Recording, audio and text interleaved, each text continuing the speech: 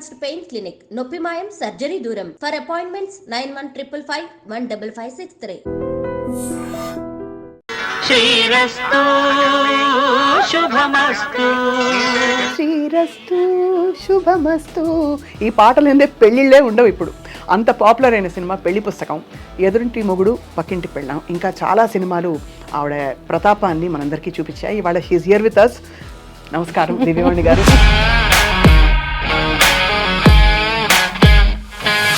So what is your beauty secret చెప్పండి దివ్యవాణి గారు. మిమ్మల్ని తెర మీద చూడడానికి అందరం ఆరాటపడుతున్నాం.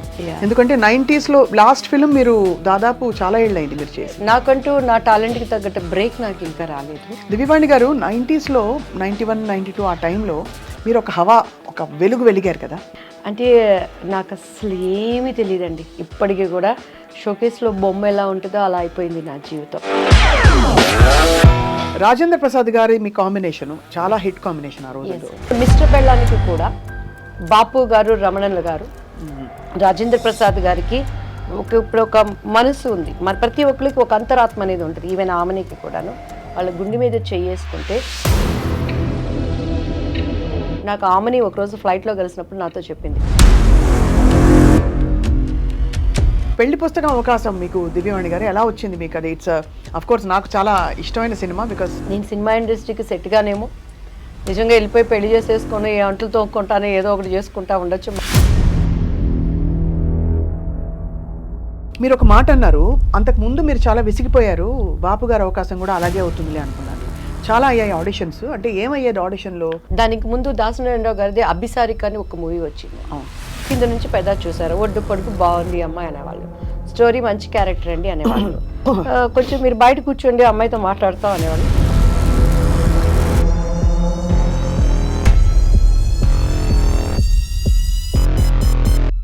కాదు అంటే అంత ఓపెన్గా మిస్బిహేవ్ చేసేవాళ్ళ? బాపు బొమ్మ అంటే దివ్యవాడి, అది నా ఇంటి పేరుగా మార్చబడింది కదా. అదే నాకు దేవుడిచ్చిన ఒక ధన్యత. అదే మరి చారెడు బారెడు పిడికెడు పిడికెడు చెంగల్పట్టి శాంతారాం అంటే మీరే కదా. అమ్ముకుట్టి అమ్ముకుట్టి మనసిలాయో కిట్టమూర్తి కిట్టమూర్తి తెలుసులే. కొండవీటి దొంగలో శుభలేఖ రాసుకున్న. యాక్చువల్లీ నేను ఆయనకు మరదలు. ఆ సాంగ్ నాకు ఆయనకి ఉండాల్సింది. కొన్ని అనివార్య చెప్పుకోలేని కారణాల వల్ల ఆ సాంగ్ మళ్ళీ రాధా గారికి మార్చబడింది. ఓహో, అందులో కూడా మళ్ళీ మరి ఫిల్మ్స్ బాగా సాగుతున్న టైంలో మీ వివాహం ఎలా జరిగింది తెలియవాడు? ఆఫ్టర్ దట్ చెన్నై వచ్చేసాను నేను. అప్పటి నుంచి నేను సింగిల్ పేరెంట్. ఇప్పటి వరకు కూడా బయట ప్రపంచానికి ఎవరికి తెలియదు. ఫస్ట్ టైం మీకే మీ ఇంటర్వ్యూలోనే చెప్తాను. అప్పుడు మీ వారికి నచ్చలేదా? నచ్చలేదంటే కొన్ని అభిప్రాయ భేదాలు వచ్చినాయి. కే పాల్ గారిని కలిసారు ఎప్పుడైనా? దివ్యవాణి, నువ్వు బీజేపీకి వెళ్తున్నావు అని విన్నా, నువ్వు శాపగ్రస్తురాలు అవుతావని. ఎందుకు? నీ దృష్టిలో బీజేపీ అంటే భారతీయ జనతా పార్టీ, నా దృష్టిలో భారతీయ జీసస్ పార్టీ. ఈ మధ్య మలయాళ ఇండస్ట్రీలో కావచ్చు, తెలుగు ఇండస్ట్రీలో కావచ్చు, మన జానీ మాస్టర్ ఇష్యూ కావచ్చు, ఇంకోటి కావచ్చు, ఈ అమ్మాయిల పట్ల కొన్ని అమ్మాయిలకి వర్కింగ్ కండిషన్స్ బాగా లేవు. ఆడదానికి ఇష్టం లేకుండా ఏది జరగదు స్వప్న గారు. నా భర్త నా పక్కన ఉన్నా కూడా నా ఇష్టం లేకుండా నా శరీరాన్ని తాకలేదు అనేది నిజం అనేది మీకు తెలుసు, నాకు తెలుసు.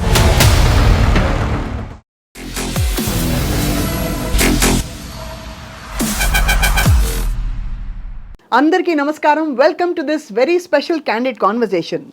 90వ దశకం ఆరంభం. అది చారెడు బారెడు పిడికెడు అంటూ ఒక బొమ్మ మనందరికీ పరిచయం అయింది తెర మీద. అండ్ తను చేసిన సినిమాలన్నీ కూడా తన ముద్ర వేసుకుని ఒక unique style of acting and చాలా హోమ్లీ క్యారెక్టర్స్తో మన మనసులోకి చొచ్చుకెళ్ళిపోయారు.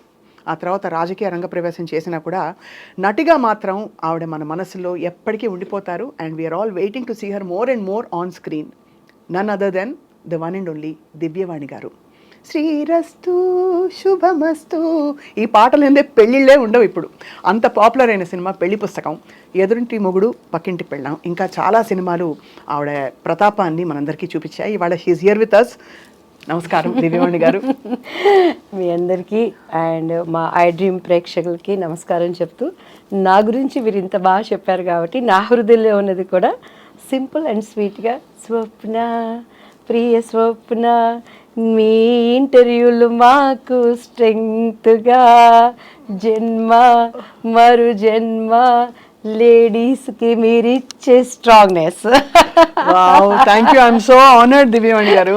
ఎస్, అండ్ నేను కూడా మీ ప్రతి ఇంటర్వ్యూస్ చూస్తానండి. ఎంత ఇంట్రెస్ట్గా చూస్తానంటే ఎస్పెషలీ రేణు దేశాయ్ గారిని మీరు బలపరిచిన విధానం, తనకి కుటుంబంలో ఎటువంటి ప్రాబ్లమ్స్ ఏమున్నా కూడాను ప్రజలలో ఒక ఆమె ఇంటర్వ్యూస్, ఆమె మాటల ద్వారా ఒక కనికిరాన్ని తీసుకొచ్చిన విధానం చాలా నాకు ఎంత అంటే ఎప్పుడు నేను స్వప్న గారు నన్ను ఎందుకు ఇంటర్వ్యూ చేయలేదు అనుకునేదాన్ని, టు బి ఫ్రాంక్.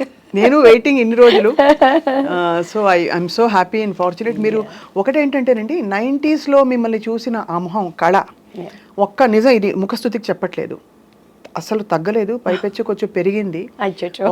ఒక స్థిమితమైన ఒక ఎక్స్ప్రెషన్తో అంత అందంగా కనిపిస్తున్నారు. థ్యాంక్ యూ అమ్మా, thank you so much. So what is your beauty secret చెప్పండి దివ్యవాణి గారు. నిజం చెప్పనా? నిజం చెప్పండి. నేను ఎప్పుడు కలరింగ్స్ ఉన్నది లేనట్టు చెప్పను. నేను జెన్యున్గా అడుగుతున్నాను. ఇన్ఫాక్ట్ మా అమ్మగారు నేర్పించినటువంటి పద్ధతులు, నాకు ఇప్పటికీ నేను బ్యూటీ పార్లర్స్ వెళ్ళను, చాలా రేర్ అనమాట. అండ్ బయట ఫుడ్లు తినను. అండ్ ఇంట్లో కూడా ఇప్పుడు ఏవేవో అవి ఇవి అంటారు, ఏమీ ఉండదు. సింపుల్గా ఇంట్లో ఏది ఉందంటే అది, టైంకి ఏది దొరికితే అది, దేవుడు నాకు ఇది ఇచ్చాడు, థ్యాంక్ యూ, ఇది లేని వాళ్ళు కూడా ఎంతోమంది ఉన్నారు అని చెప్పని. ఇక ఇప్పుడు 2 ప్రాజెక్ట్స్ మళ్ళీ చేయబోతున్నాను కాబట్టి ఇక మళ్ళీ మమ్మీ డైట్ను ఫాలో అవ్వాలన్నాను. ప్రజెంట్ అయితే ఏది దొరికితే అదే నాది. అంతేనా? సింపుల్. మిమ్మల్ని తెర మీద చూడడానికి అందరం ఆరాటపడుతున్నాం. ఎందుకంటే 90s లాస్ట్ ఫిల్మ్ మీరు దాదాపు చాలా ఏళ్ళు అయింది మీరు చేసి. లేదండి, నేను అంటే నాకంటూ నా టాలెంట్కి తగ్గట్టు బ్రేక్ నాకు ఇంకా రాలేదు. అండ్ మహానటిలో చేశాను సావిత్రి మదర్గా, కానీ అసలు దివ్యవాణి క్యారెక్టర్ అది కాదు, అసలు కాదు. కేవలం అశ్విదత్ గారు మా కాల్ చేసి, సావిత్రికి ఆ సిమ్టమ్స్ రౌండ్ ఫేస్ అది బాగుంటుంది, సావిత్రి మదర్ అంటే మీరే చేయాలన్న నాగేశ్వన్ గారు అడిగారండి అంటే, అక్కడ నేను సావిత్రి గారి మదరు అదొక్కటే చూశాను, సరే చేద్దామని చేశాను. దాని తర్వాత నేను సీరియల్స్ చేశాను మంచిగా, నా పేరు మీనాక్షి అవి చేశాను. తర్వాత ATM చేశాను, వెబ్ సిరీస్. దాని తర్వాత పంచతంత్రం చేశాను. సో నాకు అనుకున్న విధంగా బ్రేక్ నా టాలెంట్కి తగినట్టు రాలేదు, సాటిస్ఫాక్షన్ లేదు. ఇప్పుడు మంచి ఫుల్ లెంగ్త్ క్యారెక్టర్స్ రాబోతున్నాయా మీవి? ఎలా అంటే ఫ్రాంక్గా ఏంటంటే, అంటే రాబోతున్నాయి అనే దానికి తగిన నెట్వర్క్ నా దగ్గర లేదు. నవే డేస్ మాకంటే అప్పట్లో ఉమామహేశ్వరరావు గారు, మన రామారావు గారు, వీళ్ళు మనకి డేట్స్ చూసేవాళ్ళు. అవును, ఆ విధానం వేరు. నవే ట్రెండ్ ఏంటంటే కొంచెం మన పద్ధతులకి, నా అభిప్రాయాలకి, నా కట్టుబాట్లకి పొసిగే విధంగా లేదు ఇప్పుడు డేట్స్ చూసి. ఇప్పుడంతా ఏముందండి, ఒక టీం అంటే అప్పట్లో అంటే డైరెక్టర్ది, హీరోది, ప్రొడ్యూసర్ది ఉండేది. ఇప్పుడు ఏంటంటే ట్రెండ్ మారిపోయింది. సో ఈ నేటివిటీకి తగ్గట్టుగా కరెక్ట్గా పర్సన్ నన్ను హైప్ చేయడానికి, నా డేట్స్ చూడటానికి కరెక్ట్ నాకు కుదరలేదు. సో నాకు నేను పోయి చెప్పుకోలేను. సో ఆ బ్రేక్ పడడానికి ముందుగానే మా ఓన్దే నేను మన బ్యానరే స్టార్ట్ చేయాలని ఐఎమ్ ప్రేయింగ్ గాడ్ అండి. May God fulfil all that this beautiful season ఇప్పుడు. సో దివ్యవాణి గారు 90s 91, 92 ఆ టైంలో మీరు ఒక హవా, ఒక వెలుగు వెలిగారు కదా, అంత సక్సెస్ని ఆ రోజుల్లో ఎలా హ్యాండిల్ చేశారు మీరు? అంటే నాకు అసలు ఏమీ తెలియదండి. ఇప్పటికీ కూడా షోకేస్లో బొమ్మ ఎలా ఉంటుందో అలా అయిపోయింది నా జీవితం. అంతా మా అమ్మగారే, మా అక్కయ్య, మా అన్నయ్య, వాళ్ళ ముగ్గురు లేనిది సినిమా ఇండస్ట్రీలో నేను లేను. నాది ఏంటంటే పొద్దున్నే నిద్ర లేవటం, మంచిగా డైట్ ఫాలో అవటం, ఆనంద్ మాస్టర్ గారని భానుప్రియ గారికి మాకు ఒకటే మాస్టర్ గారు, డ్యాన్స్ క్లాస్ అయిపోవటం. అసలు సినిమా ఇండస్ట్రీకి కూడా నన్ను ఎక్కడ ఒక ఆఫీస్కి కూడా మా మమ్మీ వాళ్ళు నన్ను వెళ్ళనివ్వలేదు. I'm so lucky in that. మొన్న కూడా మన వంశీ గారు ఉన్నారు కదా, పెద్ద వంశీ గారు, ఆయనని కలిసాం. యాక్చువల్లీ చాలా క్లోజ్ సార్. అవునా? మీరు అడగండి. ఆయన ఒకే మాట అన్నారు అనమాట, ఈ అమ్మాయి అసలు ఒక సినిమా గడప ఎక్కిందండి, ఈ అమ్మాయి ఒక్క కంపెనీకి వెళ్ళి నాకు ఈ అవకాశం కావాలని అడిగిందా, ఈ అమ్మాయి ఎవరో ఎవరికి తెలియదు, వీళ్ళ అమ్మగారు వీళ్ళ సిస్టర్ వచ్చేవాళ్ళు అంటే అంత ప్రేమగా నన్ను దాచిపెట్టుకొని తీసుకొచ్చారండి. ఏ కంపెనీకి నేను వెళ్ళి నాకు ఈ క్యారెక్టర్ కావాలండి అని నేను ఎప్పుడు కష్టపడలేదు. అలా అమ్మ తీసుకురావటం. ఎలా స్పాట్ అయ్యారు మీరు అసలు? అంటే ఎలా గుర్తించబడ్డారు? దివ్యవాణి, శ్రీవాణి అని ఒక అందమైన అమ్మాయి ఉంది అని. Ushavani Ushavani. Yeah, my original name is Ushavani. Yeah. మరి ఉషావాణి దివ్యవాణిగా మార్చుకున్నారు. ఉషావాణి బాగుంది కదా పేరు. ఉషావాణి అంటే మమ్మీ, మా సిస్టర్ పేరు బేబీ రాణి. సో అలా ఉషావాణి, బేబీ రాణి, అలా రాణి వాణిలని మమ్మీ ముద్దుగా పెట్టుకున్నారు. అంటే మా సిస్టర్ తను ఇండస్ట్రీ మీద ఇష్టంతో వచ్చారు, మనము తేబడ్డాము. మీరు తేబడ్డారు, అది మనముగా రాలేదు. అసలు మనకు తెలీదు, కానీ దేవుడు బాడీలో టాలెంట్, ప్రతి ఒక్కరికి ఒక టాలెంట్ అనేది ఉంటుందండి. మనం పుట్టంగాల్ని కూడా దానిలో మనం వర్క్ చేసినప్పుడు మనకు అలుపు సొలుపు ఉండదు. సో కొంతమందికి వంటలు, కొంతమందికి ఇంకా సంథింగ్. అలానే నాలో పుట్టినప్పుడే, ఎందుకంటే నా 8th 9th స్టాండర్డ్లోనూ 10th అనుకుంటా, 10th స్టాండర్డ్లో మేము ఒక స్కూల్లో స్టేజీ జస్ట్ చేస్తారు కదా ప్రోగ్రామ్, అది మా కాన్వెంట్లో నేను మండోదరి మహిళా మండలిని ఒకటి చేశాను. ఓహో, అప్పుడే. యా, 10th లో నేను దానికి మండోదరి అనమాట. నేనే మెయిన్ టీచర్ లాగా, మా టీచర్ క్యారెక్టర్ అంటే ఎంత ఇన్వాల్వ్ అయిపోయి చేశానంటే, అక్కడున్న మాది చిన్నది కాన్వెంట్ తెనాలిలో, మా అందరూ అలా, మా మాస్టర్స్ అందరూ అలా చూస్తున్నారు నా నటన్ని. సో అప్పుడే అది నా బాడీలో ఉందన్నమాట. సో తెలియకుండా రావటం, ఇండస్ట్రీకి అక్కని చూస్తానికి హాలిడేస్కి నేను రావటం, శారద గారిని చూడటానికి నేను వెళ్ళటం, ఆమె చూసి ఈ అమ్మాయి వద్దు, ఈ మీద పెట్టి ఇన్వెస్ట్మెంట్ అనటం. అప్పట్లో మేమందరూ అక్కడే ఉండేవాళ్ళం, పరచూరు గోపాలకృష్ణ గారు, నేను. మొన్న కూడా అంకుల్ వాళ్ళ బిందు వాళ్ళ పాపది, హరితది వాళ్ళ పాపది రేపు 28th ఏంటి ఎంగేజ్మెంట్ అయితే కాల్ చేయగానే ఏమే బుడదానా అని అన్నారు. అంకుల్ చెప్పండి అంటే ఎట్లా నవ్వుతుందో చూడిదని. వాళ్ళ అమ్మాయి కన్నా నేను ఒక 2 years 1 year చిన్నండి బిందు కన్నా. సో ఆ బుడదానా అనేది ఆ ఇంట్లో పిలిచినట్లే అయిపోయింది. ఇట్స్ దేవుడు దయ్యండి. ఎక్కడ నేను ఇండస్ట్రీలో ఎలాంటి ఒక హోమ్లీ అట్మాస్ఫియర్తో, కష్టాలు ఉంటాయి, ప్రాబ్లమ్స్ ఉంటాయి, చాలా సినిమాలు నేను కూడా పోగొట్టుకున్నాను.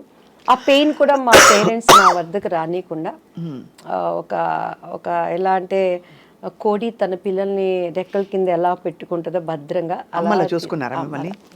షూటింగ్స్ అని ఆవిడే వచ్చారా? షూటింగ్స్ ఇప్పుడు కూడా స్కూల్కి వెళ్ళాం అనుకోండి, నా పిల్లల్ని, దివ్యవాణి మీ పిల్లలు ఎలా ఉన్నారు, కిరణ్ మమ్మీ అంటారు, కిరణ్ పాటి నల్లా இருக்காங்களா అంటారు. చెట్నాడు స్కూల్లో కానీ అండ్ వెళమ్మాల్లో కానీ నా పిల్లలు ఏంటంటే పాటి నల్లా இருக்காங்களா, కిరణ్ పాటి ఎప్పుడు, అట్లా మా అమ్మగారే వాళ్ళకి తల్లి అయిపోయింది అనమాట. సో నా బ్యాడ్ ఏంటంటే ఆమెకి కొంచెం అల్జీమర్స్ వచ్చింది. పెద్దవాళ్ళకి ఇప్పుడు బాగా కామన్ గా ఒక వయసు దాటాక అందరికీ అన్ని మర్చిపోతుంది, అండ్ మళ్ళీ ఆన్ అండ్ ఆఫ్ గా ఉంటుంది.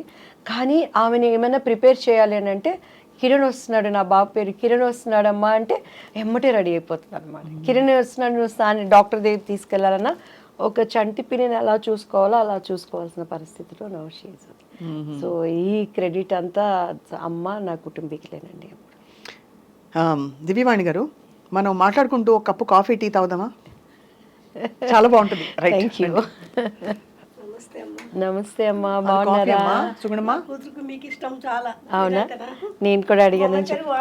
అవును, గుడ్. ఎస్, తాగుతూ మాట్లాడేసేద్దామా? మీరు రాముయిజం గారు, కానీ రాముని మాత్రం మీరు హైప్ చేశారండి, మేము దెబ్బలేస్తాను నేను తీసుకు. అవునా?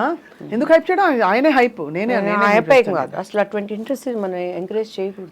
ఎందుకు, ఏమి ఇంట్రెస్ట్ లో చూద్దాం, మాట్లాడదాం తప్పకుండా. ఇప్పుడు వద్దులేండి కాంట్రవర్సీ. చెప్తాను కూడా నేను. చెప్పండి, అదేం పర్లేదు, ఎవరి అభిప్రాయాలు వాళ్ళవి. నేను అంటే ఆయన వాస్తవాలు మాట్లాడతారు కాబట్టి చాలా మందికి అది మింగుడు పడదు. వాస్తవం కాదు, వాస్తవాలు ఉన్నాయని చెప్పని మన పూర్వీకులు ఆడమండి ఇవి బట్టలు లేకుండా ఉన్నారని ఇప్పుడు మనం పోగలరా? ఆయన బట్టలు వేసుకుని వస్తారు, ఆయన వేసుకుని వస్తారు, కానీ ఆయన మాటలు బట్టలు లేని మాట్లాడతారా? తప్పకుండా అది మాట్లాడదాం ఇప్పుడైతే. సో ఇప్పుడు కంటిన్యూ నాన్న, రోల్ అయిపోతుంది, మనం అన్ని దొరికిపోయాము. సో దివ్యవాణి గారు, ఇప్పుడు బాగా చక్కగా మా సుగుణ మంచి షుగర్ వేసి పట్టుకొచ్చింది. మీరేమన్నా అలాంటి రెస్ట్రిక్షన్స్ ఫాలో అవుతారా? సుగుణమ్మ, నీకు happy Christmas, happy new year. Thank you Sugunamma కూతురు వాణి, నీకు కూడా ఐ లవ్ యూ. అబ్బో, ఇంకా అయిపోయింది, మురిసి పొంగిపోతారు. అవునా? Beautiful tea and coffee. వాళ్ళు లేకుండా మనం లేవండి, వాళ్ళ ప్రేమే మనకి ఆదరణ. అంతే కదా. రాజేంద్ర ప్రసాద్ గారి మీ కాంబినేషన్ చాలా హిట్ కాంబినేషన్ ఆ రోజుల్లో. సో ఆయన పాత్ర మీ కెరియర్లో ఎలా ఉండేది? అంటే ఆయన ఒక సీనియర్ యాక్టరు, యాజ్ ఆర్టిస్ట్గా ఆయన నేను ఎప్పుడు కూడా, నేనేంట్లేండి చాలామంది, నేను ఎప్పుడు యాజ్ ఆర్టిస్ట్గా ఆయన ఏమంటానంటే ఆయన ఒక మండుతున్న కట్టె. మండుతున్న కట్టెలోకి మనం సంక్రాంతి భోగి పండుగలప్పుడు చూస్తాం, పచ్చి కట్టెలు తీసుకొచ్చి అందులో వేస్తే అవి కూడా మండుతాయి. అవును. యాక్టింగ్ రాని వాడిని కూడా ఆయన పక్కన నిలబెడితే యాక్టింగ్ వస్తుంది. అంతేనా? అండ్ ఇంకొకటి ఆయనలో గ్రేట్నెస్ ఏంటంటే ప్రతి దాంట్లో హీ విల్ ఇన్వాల్వ్డ్.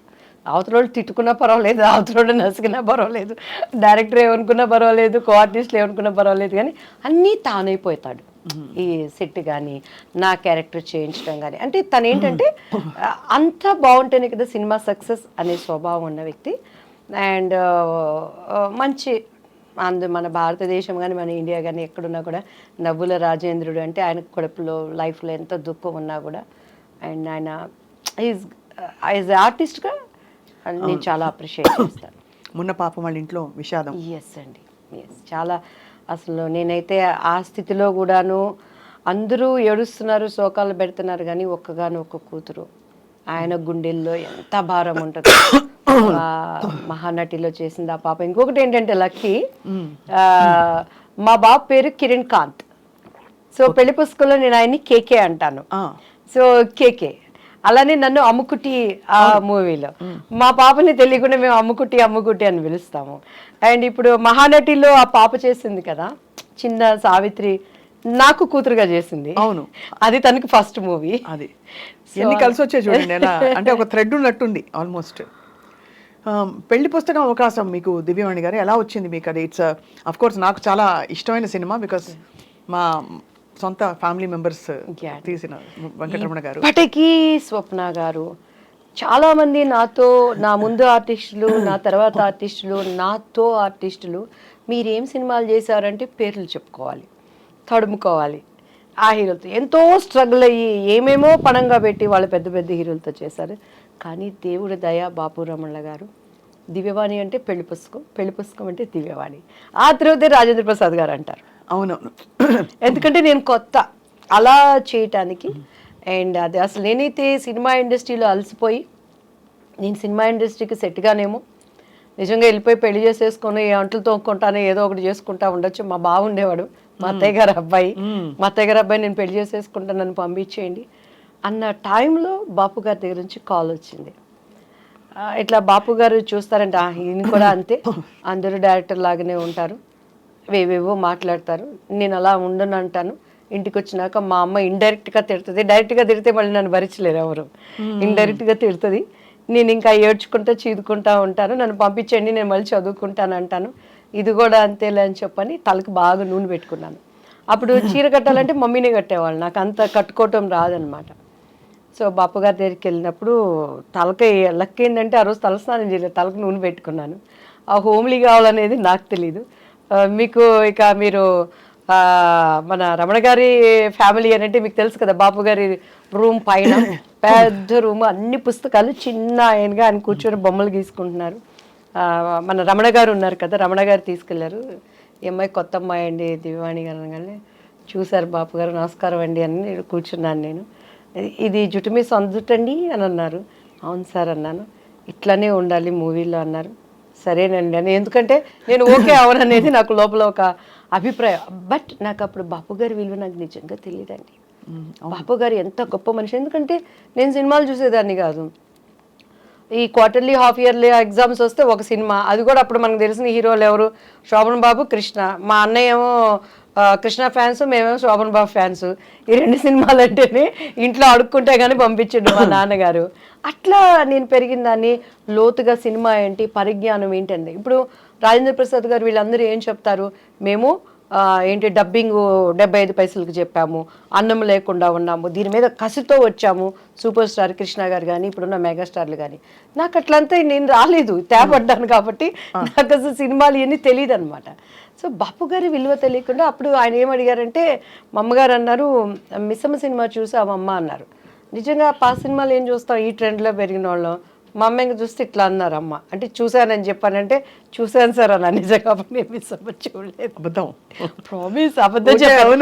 లేకపోతే ఇంటికి వెళ్ళినాక మొట్టికాయలు పడతాయి, పప్పు గుత్తికారుతో డబ్బులు పడతాయి, ఎవరు పడతారు అవన్నీ చూసి చూశాను సార్ అన్న. కానీ సేమ్ అందులో క్యారెక్టరే మీది అని అన్నారు. అలాగే సార్ అన్నాను. నీకు కాళ్ళు చూపియమ్మ అన్నారు. మా అమ్మాయికి ఇలా చూసాను. మా అమ్మగారు పాప ఆమె భయపడతాయి, ఈ అవకాశం అన్నా మా అమ్మాయికి రావాలి, ఏదో ఒకటి మా అమ్మాయి ద్వారా మేము ఇండస్ట్రీలో ప్రూవ్ చేసుకోవాలని కాళ్ళు చూపించాను. ఎందుకంటే ఆ మూవీలో ఎక్కువ కాళ్ళకి షార్ట్స్ ఉంటాయండి. మహానుభావులు. నా స్టోరీ నాకు మిస్సమ్మ సినిమా మళ్ళీ చూడమ్మా అని అన్నారు. అలాగే సార్ అని చెప్పాను. ఇంటికి వెళ్ళిపోయాను. టక్ టక్ టక్ టక్ అగ్రిమెంట్, డేట్స్ ఫిక్స్ అయిపోయినాయి. 45 days కంటిన్యూస్గా షూటింగ్. అమ్మ అన్ని మాట్లాడేశారు. డబ్బులు ఏమిటి, అసలు ఎన్ని రోజులు? రమణ గారు ఉన్నారు, మన మేనేజర్ రమణ గారు, ఇప్పటికే ఆయనే ఉన్నారు. శ్రీరమణ గారు అంతా మమ్మీ మాట్లాడుకున్నారు. శ్రీరమణ గారు అంటే పెద్దవారు? నో ఇప్పుడు ముళ్ళపూడి వెంకటరమణ గారు, బాపు గారు. శ్రీరమణ గారు ఈజ్ ద ఇంకా పర్మనెంట్ కుటుంబ సభ్యులు. అవును, ఆయన అదే శ్రీరమణ గారు అంటే ఆయనే కదా అంటారు. శ్రీరమణ గారు అంతా మాకు మమ్మీతో మాట్లాడారండి. నెక్స్ట్ డే ఆంధ్రజ్యోతి నాడు బాపు బొమ్మ దివ్యవాణి అని వచ్చింది. ఫస్ట్ ఫోన్ మా ఇంటికి వచ్చింది. అప్పుడే మారిందా మీ పేరు? దివ్యవాణి అప్పుడు మారలేదు కదా, అంతకు ముందే ముందే మారిపోయింది. అంటే నాకు ఫస్ట్ నేను చేసినప్పుడు డాన్స్ రాజా డాన్స్ అని చేశాను. అనుకోకుండా మొన్న వినోద్ రాజా అని బెంగళూరు ఒక ప్రైవేట్ మీటింగ్ వెళ్ళినప్పుడు కలిసానండి. దాంట్లో అప్పట్లో చిరంజీవి గారు సిడీ తెప్పించుకొని చూసారు ఆ అబ్బాయి డాన్స్కి. లీలావతి గారి కొడుకు కన్నడ రాజ్ కుమార్ గారు. సో ఆ టైంలో నాకు దివ్య అని పేరు పెట్టింది ద్వారకేష్ గారు. ఆయన భవ్య అని ఒక అమ్మాయిని పరిచయం చేశారు. సో దివ్య అని ఆయన పెట్టారు. మమ్మీకి వాణి అంటే ఇష్టం, దివ్యవాణి అలా అయిపోయింది. సో బాపు గారు ఇక దివ్యవాణి కానీ ఫస్ట్ మా ఇంటికి వచ్చిన కాలు దాసనారాయణరావు గారు. మీరు ఒక మాట అన్నారు, అంతకు ముందు మీరు చాలా విసిగిపోయారు, బాపు గారు అవకాశం కూడా అలాగే అవుతుందిలే అనుకున్నారు. చాలా అయ్యాయి ఆడిషన్స్. అంటే ఏమయ్యేది ఆడిషన్లో? మీరు సెట్ అయ్యేవారు కదా వాళ్ళ క్యారెక్టర్కి, లేకపోతే ఎలా? అంటే దానికి ముందు దాసనారాయణరావు గారిది అభిసారిక అని ఒక మూవీ వచ్చిందండి.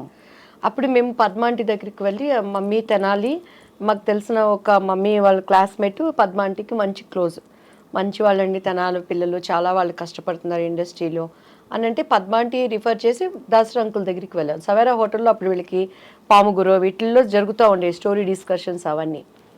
ఏమి చేస్తారు, మాట్లాడేవాళ్ళు. కింద నుంచి పెద్ద చూసారు, ఒడ్డు పొడుగు బాగుంది అమ్మాయి అనేవాళ్ళు, స్టోరీ మంచి క్యారెక్టర్ అండి అనేవాళ్ళు. కొంచెం మీరు బయట కూర్చోండి అమ్మాయితో మాట్లాడతాం అనేవాళ్ళు. మా అమ్మాయికి ఇటు చూసేదాన్ని నేను, ఇంకంతే. ఇంక మా అమ్మగారు బయటకు వెళ్తాను అని అంటే అల్లిచ్చేదాన్ని కాదు. సో ఆ లోపల వాళ్ళ భావన ఏంటనే అర్థమయ్యి అర్థం కాని వయసు నాది అప్పుడు.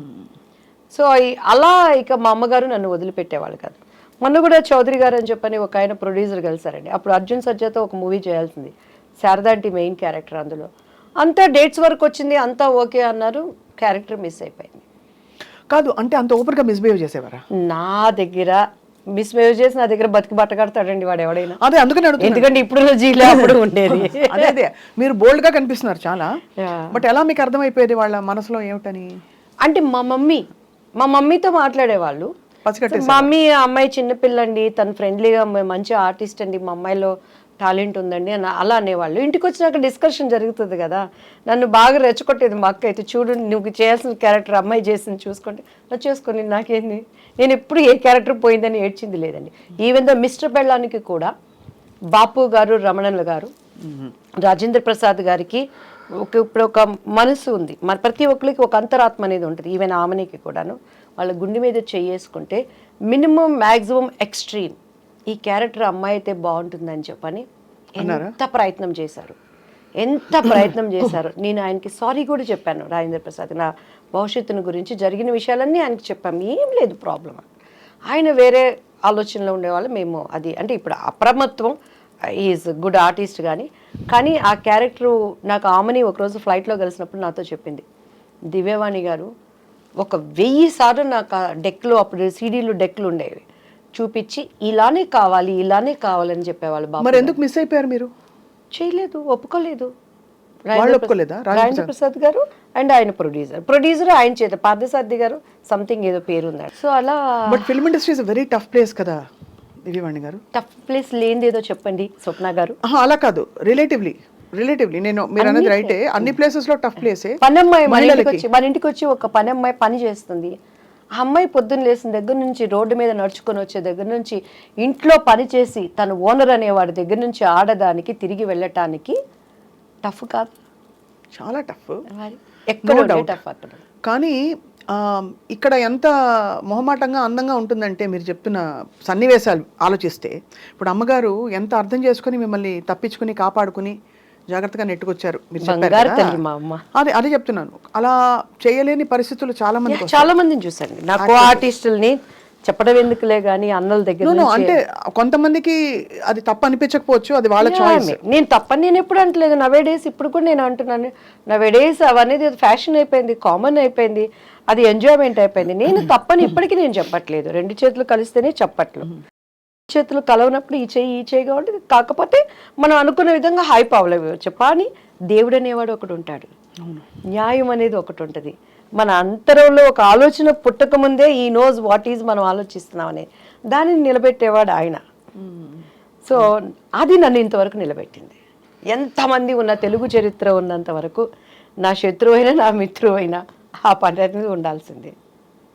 నన్ను అంగీకరించే వాళ్ళైనా అంగీకరించిన వాళ్ళైనా ఆ పాట అనేది దేవుడు అలా దానిని జతపరిచాడు అనుకుంటానండి. అండ్ ఎస్పెషల్లీ బాపు రమణల గారు అసలు ఇండస్ట్రీకి వాళ్ళు విరుద్ధమైన వ్యక్తులు, అంటే వాళ్ళ మనస్తత్వాలు అంత స్వచ్ఛంగా ఉంటాయని. స్వచ్ఛమైన మనుషులు. నాకు జరిగిన అన్యాయానికే మళ్ళీ పాపం వాళ్ళు పెళ్లి కొడుకు మూవీ తీసి అందులో నాకు తెలిసి లాస్ వచ్చింది. అదే అప్పుడు బంగారు పిచ్చి కానీ విజయ నిర్మల్ గారు చేసిందనమాట. సో నరేష్ గారు నేను చేశాము. అది అక్కడేమో చంద్రమోహన్ గారు విజయ నిర్మల్ గారు చేశారు. సో సేమ్ స్టోరీ ప్రజలకు అంతా ఎక్కక అది అనుకున్న విధంగా ఆడలేకపోయింది. బట్ నాకు మంచి పేరు వచ్చింది. దానికోసము వెంకటరమణ గారు తన పక్కనున్న సైటుకి అప్పుడు ఫైనాన్షియల్ దీనికి బాపు గారు ఇచ్చేశారు. అంత స్నేహబంధం వాళ్ళు అసలు చూస్తే రిలేషన్స్ అనుకుంటాం కానీ స్నేహితులు అనేది చాలా రోజుల వరకు నాకే తెలియదండి. సో అన్నీ ఉన్న విస్తరాకు అణిగి మణిగి ఉంటుంది అనడానికి. అవును, ఇండస్ట్రీలో ఉండే పద్ధతులకి విరోధమైన వాళ్ళు అండ్ నాకు మనసున్న మనుషులు. నేను బాపు గారితో న్యూ ఇయర్ టైంలో ఆటలు కూడా ఆడాను ఆయనతో. మొన్న కూడా రోజా ఒకసారి దుబాయ్లో బాపు గారికి లైఫ్ టైమ్ అచీవ్మెంట్ అవార్డు ఇస్తున్నప్పుడు చెప్పింది, ఒక ఆడది అందగత్తె అంటే ఎన్ని అవార్డ్స్ రివార్డ్స్ వచ్చినా బాపు బొమ్మ అనేది అది ఒక క్రెడిట్. అది దివ్యవాణి కొట్టేసింది. నాకు చాలా జెల్సీగా ఉండేది. ఫుల్ లెంగ్త్ నేను క్యారెక్టర్ ఆయన దగ్గర నేను చేయలేకపోయాను. అఫ్కోర్స్ ఆ తర్వాత నేను అదేంటి ఒక మూవీ చెప్పిందండి ఎన్టీఆర్ గారిది ఏదో, దాంట్లో నేను ఒక సాంగ్ చేశాను నేను అని చెప్పాను. అది అంటే ఆడవాళ్ళంటే అందరూ అందమే, అందరూ బాపు బొమ్మలే. ఎస్పెషలీ బాపు బొమ్మ అంటే ఆయన జనరేషన్స్ ఎంతమంది చేసిన, అవును, వాణిశ్రీ గారు వాళ్ళు చేసిన, నా జనరేషన్స్ ఎంతమంది చేసిన, ఆమెని నేను ఎంతమంది, నా తర్వాత జనరేషన్ చార్మి వాళ్ళు మిగతా వాళ్ళు ఎంత చేసినా బాపు బొమ్మ అంటే దివ్యవాణి. అది నా ఇంటి పేరుగా మార్చబడింది కదా, అదే నాకు దేవుడిచ్చిన ఒక ధన్యత అండి. అదే మరి చారెడు బారెడు పిడికెడు గుర్తుందా? పిడికెడు నల్లని కురులు బారెడు. ఆ జడ పట్టుకున్నప్పుడు మీరు చూడండి, ఆ షార్ట్లో చూస్తే నా కళ్ళన్నీ ఎర్రగా ఉంటాయి అనమాట.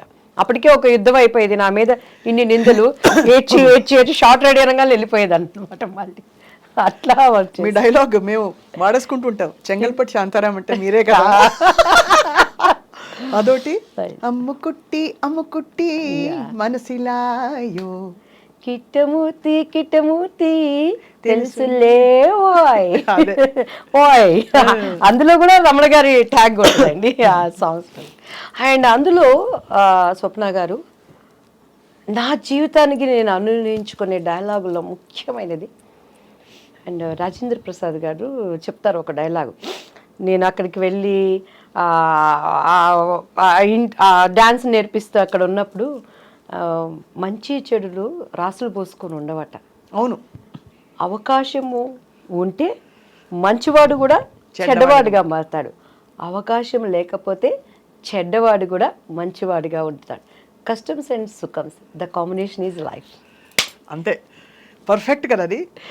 నా జీవితంలో ప్రతి చోట ఎదురయ్యే బిట్స్లో ఎంత అనుభవంతో ఎంత జ్ఞానంతో ఆయన ఆ డైలాగ్ రాశాడు. ప్రతి మనిషికి ఒక్కొక్క మనిషిలో ఉండే కలర్స్, నటన, నా బిడ్డలు కానీ బయట వాళ్ళు కానీ నమ్మిన వాళ్ళు కానీ బయటకు వచ్చేటప్పుడు అంతా మంచి చెడులు రాసుకు పోసుకొని ఉండవు.